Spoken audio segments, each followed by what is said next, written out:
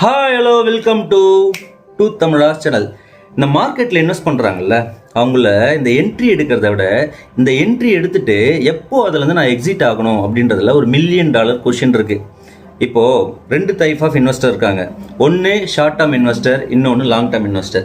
இந்த short term investor பற்றி ப்ராப்ளமே கிடையாது. ஏன்னா அவங்க உள்ளே போகும்போது டிசைட் பண்ணிவிடுவாங்க எவ்வளோ ப்ராஃபிட் அவங்களுக்கு வேணுன்றது. ஒரு 10 to 15% எனக்கு வேணும் அப்படின்னு அவங்க முடிவு பண்ணிட்டாங்கன்னா அந்த 10 to 15% வந்த உடனே அவங்க வந்து ப்ராஃபிட்டை புக் பண்ணி வெளியில் வந்துடுவாங்க. அவங்களுக்கு எந்த ப்ராப்ளமும் கிடையாது.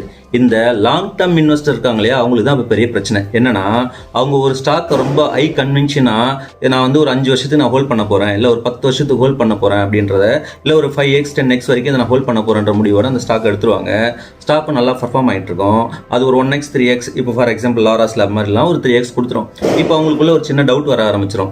இதை நம்ம எவ்வளோ நாள் தான் ஹோல்ட் பண்ணுறது, எப்போ இதை ப்ராஃபிட் புக் பண்ணுறது, நம்ம இதில் எக்ஸிட் எப்போ நம்ம ஆகுறதுன்றத ஒரு சின்ன குழப்பம் வரும்.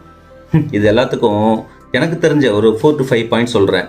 இப்போது நீங்கள் அந்த ஸ்டாக் உள்ள எப்போ என்ட்ரி ஆவீங்க, அந்த ஸ்டாக்கு ஒரு ஹை க்ரோத் இருக்குது அப்படின்னு தானே போவீங்க. Point number 1.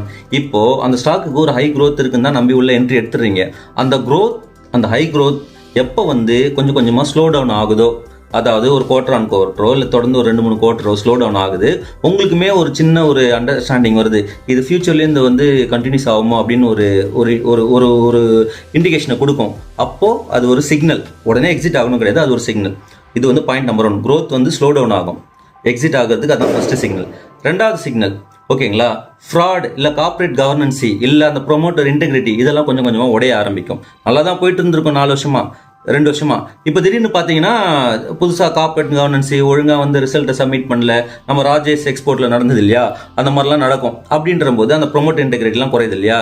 அப்போது இந்த கார்ப்பரேட் கவர்னன்சி ப்ரொமோட் இன்டெகிரிட்டிலாம் இருக்கும்போது ரெண்டாவது சிக்னல், நீங்கள் அந்த ஸ்டாக்கை விட்டு கண்டிப்பாக வெளியில் வர்றதுக்கு ஒரு நல்ல இண்டிகேஷன் அர்த்தம். மூணாவது வந்து மார்ஜின்.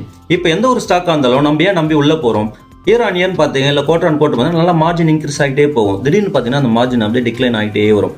இது ஒரு நல்ல இண்டிகேஷன். அந்த மார்ஜின் வந்து ஃபியூச்சர்லும் குறையும் அப்படின்ற மாதிரி உங்களுக்கு தோணுச்சுன்னா இது ஒரு நல்ல இண்டிகேஷன். மூணாவது வந்து எந்த ஒரு ஸ்டாக்குக்கும் நமக்கு ஒரு ஹை கன்வின்ஷன் எப்படி பில்ட் ஆகுது அப்படின்னா, அந்த ஸ்டாக்கு ஒரு மோட் இருக்கும், ஒரு யூனிக்னஸ், ஒரு ஸ்ட்ரென்த் இருக்கும், இல்லைனா ஒரு நீஷ் இருக்கும். அது வந்து இப்போ புதுசாக ஃபார் எக்ஸாம்பிள் வந்து இந்த ஒரு ஹை காம்ப்ளெக்ஸ் ப்ராடக்ட்டை இந்த கம்பெனி மட்டும்தான் பண்ண முடியும் அப்படின்ற ஒரு ஸ்டேஜ் இருக்கும்போதுக்கு எல்லாருக்கும் அதுக்கு ப்ரீமியமாக வந்து அந்த ஸ்டாக்கு ப்ரைஸ் கொடுத்து எல்லாரும் ஐபி கொடுத்து வாங்க ஆரம்பிப்பாங்க, நல்லா க்ரோத் ஆகும். திடீர்னு இன்னும் அந்த காம்ப்ளெக்ஸான பிஸ்னஸ் உள்ள காம்படிஷன் வரும்போது அந்த காம்ப்ளெக்சிட்டி, அந்த மோட் உடஞ்சி கொஞ்சம் கொஞ்சமாக அந்த ஸ்டாக் வந்து அதோட மார்ஜினை கொஞ்சம் கொஞ்சமாக கம்மியாக ஆரம்பிக்கும். காம்படிஷன் ஹெவி ஆகிடுச்சு, அதாவது காம்படிஷன் இல்லைன்ற பட்சத்தில் ஒருத்த காம்படிஷன் வந்துட்டான். இதெல்லாம் வந்து ஒரு நல்ல சைன் ஓகேங்களா. ஸோ எந்த ஒரு ஸ்டாக்காக